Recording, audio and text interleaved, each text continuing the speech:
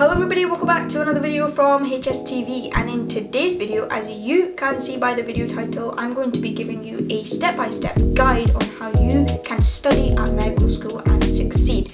There's going to be no beating around the bush. This is going to be a no-nonsense, to the point, no generalized statement type of video. So if you're excited, please subscribe, and if you're new to the channel and you don't know who I am, my name is Shamaz. I'm a 5th year medical student here at the University of Edinburgh, and yeah, over my 5 years at medical school, I feel like I've accumulated a range of techniques, some that have worked and others that have failed miserably. So I hope that I can kind of give you my experience and tell you what's working for me at the moment. I will say, as a disclaimer, even my learning techniques, they change every year. So, you know, what works for me might not work for you. However, I can tell you that this is working for me at the moment. Okay, step one. So what you need to do is right at the beginning of your year, so this is like the first week of medical school or the first week of your semester, you're going to go on and find your syllabus online or wherever this is, and you're going to make a document for yourself. This is going to be a personal document where you list every single thing that you need to learn this year. This document has to be comprehensive. It's not like a general document where you put, oh, I need to do hematology. No, this has to be exactly what you need to learn in hematology for that unit. So for me, like in my clinical years, it's going to be a list of conditions that I need to know. Now you can take this a step further and go into exactly what you need to know as part of each condition, but it's up to you exactly how comprehensive you make it, but it does have to be quite to the point, and it's something that you're going to follow for the rest of your year. Now, once you have this list, I want you to print this list out. I'm not just saying this because I'm somewhere between being Gen Z and at heart I'm a millennial. It's not because of that. Like, you're going to print this out and you're going to keep it with you, because this is going to be how you track your progress throughout the year, and seeing it in physical form is going to be better for you rather than just having a digital copy. So print it out, and then when you've got that, you're going to set yourself deadlines and goals for when you want to achieve what by. Because at medical school, there's a lot of workload, and a lot of the time, what we don't want happening is procrastination, where you just sit there and you're like, where do I even start? What am I even studying today? So we want to get rid of that kind of obstacle or that burden, and we're going to do that by setting ourselves goals and deadlines. So these can be guided by like your university course. So for me, like for example, I have a mock coming up in February, so I have set myself this goal that I want to have covered all of the course at least once, well, not at least, just once, just once by the end of the February mock. And that way, between the February mock and the final exam, I will have enough time to then cover the course again. So set yourself a realistic goal that is in accordance to your university deadlines as well. So now that you have a list of what you're going to do, and you now have deadlines of when you want to achieve things by, now you can do a simple calculation where you just divide the number of things you need to do by the number of days that you have, and you now know how many things you need to cover every single day. Now, I know for a lot of you, you will have some university lectures that you want to follow along with, but honestly, I have just started kind of going on my own schedule. I think, like, if you're gonna say that university is about being independent and it's all about self-directed learning nowadays, then let that happen. So obviously attend your university lectures, but have your own timetable that you want to follow alongside. Like, you know, generally speaking, you don't want to do something like totally different to what the university is teaching you, but yeah, you want to kind of have your own goals on the side as well as like what the university is teaching you.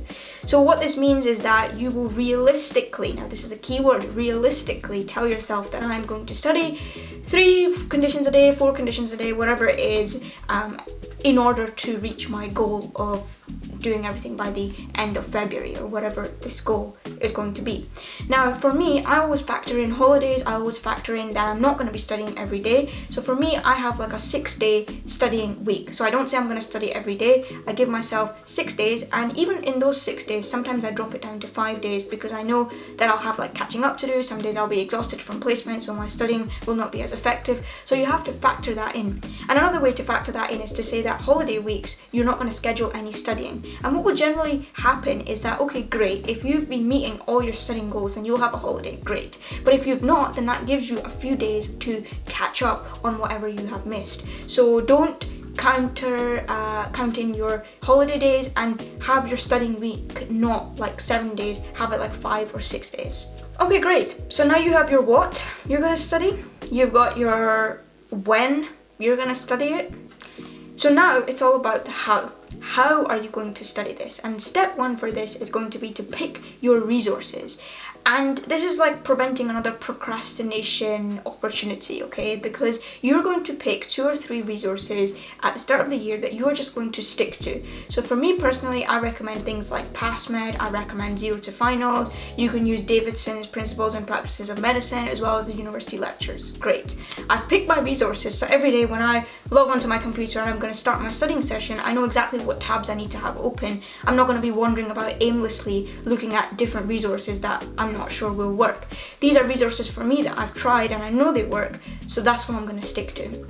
Here's the next really important thing you need to get into your head, okay? Rather than thinking of your days that you are studying as studying days, I want you to think of them like revision days. Because when you think of something as revision, you don't think of passive learning, you think of active learning. And this is key, right? You're going to look over this one thing once, whatever it is that you're studying, and you're going to test yourself on it 3 times at least, okay? And that could be, you know, a few times in the same day, or maybe in a few weeks. But the point is that you don't want to spend too long reading, you don't want to spend too long highlighting, you don't want to spend too long just like writing things down or copying notes from one place to another.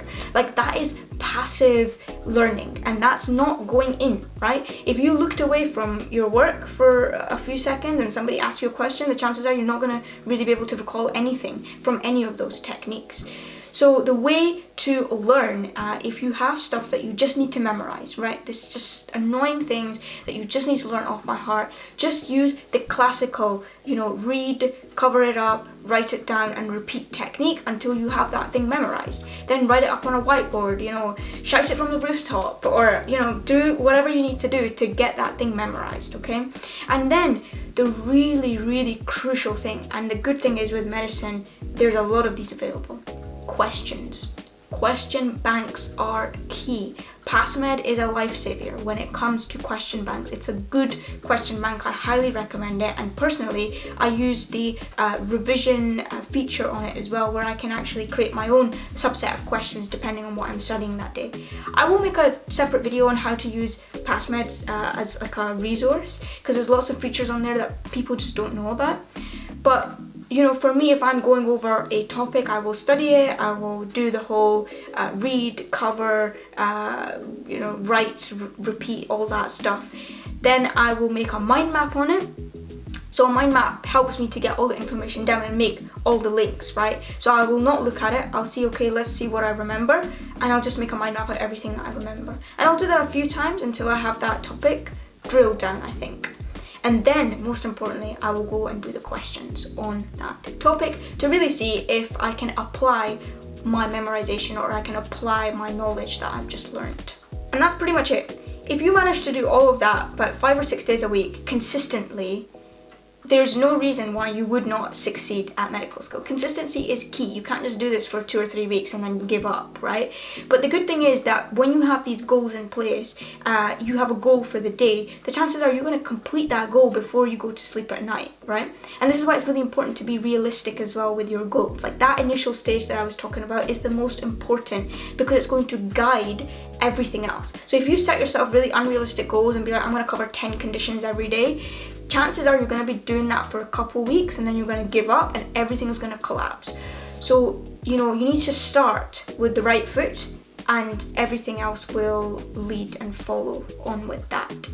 The only other note that I want you to take is on breaks. Now, when you're studying, you might study for an hour or 2 hours or whatever, and then you might need to take a break. And a lot of the times nowadays, students take breaks, and what that break means is you are scrolling on your phone.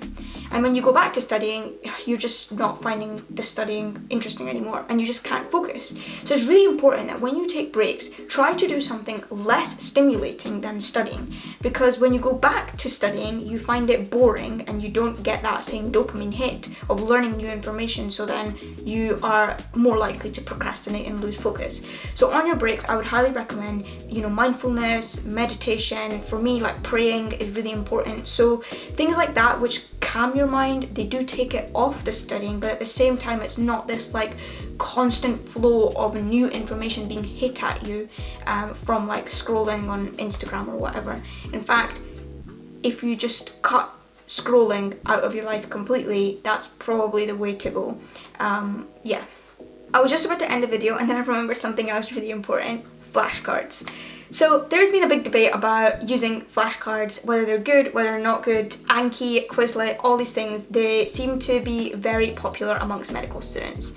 Now, if you are going to use flashcards, which is fine, it's a good active recall technique, then you have to make sure that you are spending less time making the flashcards compared to using the flashcards. So if, for example, you are doing a 1 hour study session, you should spend 15 minutes making flashcards and 45 minutes actually using the flashcards. So there's a lot of, flashcard generators nowadays as well. I'm not too sure exactly how good they are, but AI generated ones where you can upload your PDF slides and it will make the flashcards for you. Be careful when you're using them, but they could be a good way to make sure you're getting the benefits of flashcards rather than just it becoming another passive revision technique. For me personally, at the moment, I'm not using flashcards, but I do know a lot of medical students who are. So just if you are going to use them, make sure you actually use them for their benefits and not just making them into another passive technique. Alright everybody, well that is going to be the end of this video. I hope that this has been useful. I hope you can go away and reflect on your own techniques and see what you can add from my techniques into your own. Let me know if you have any questions or if you have any other techniques that I would find useful as well. Leave them down in the comments. And yeah, I'll see you all in my next video. Goodbye.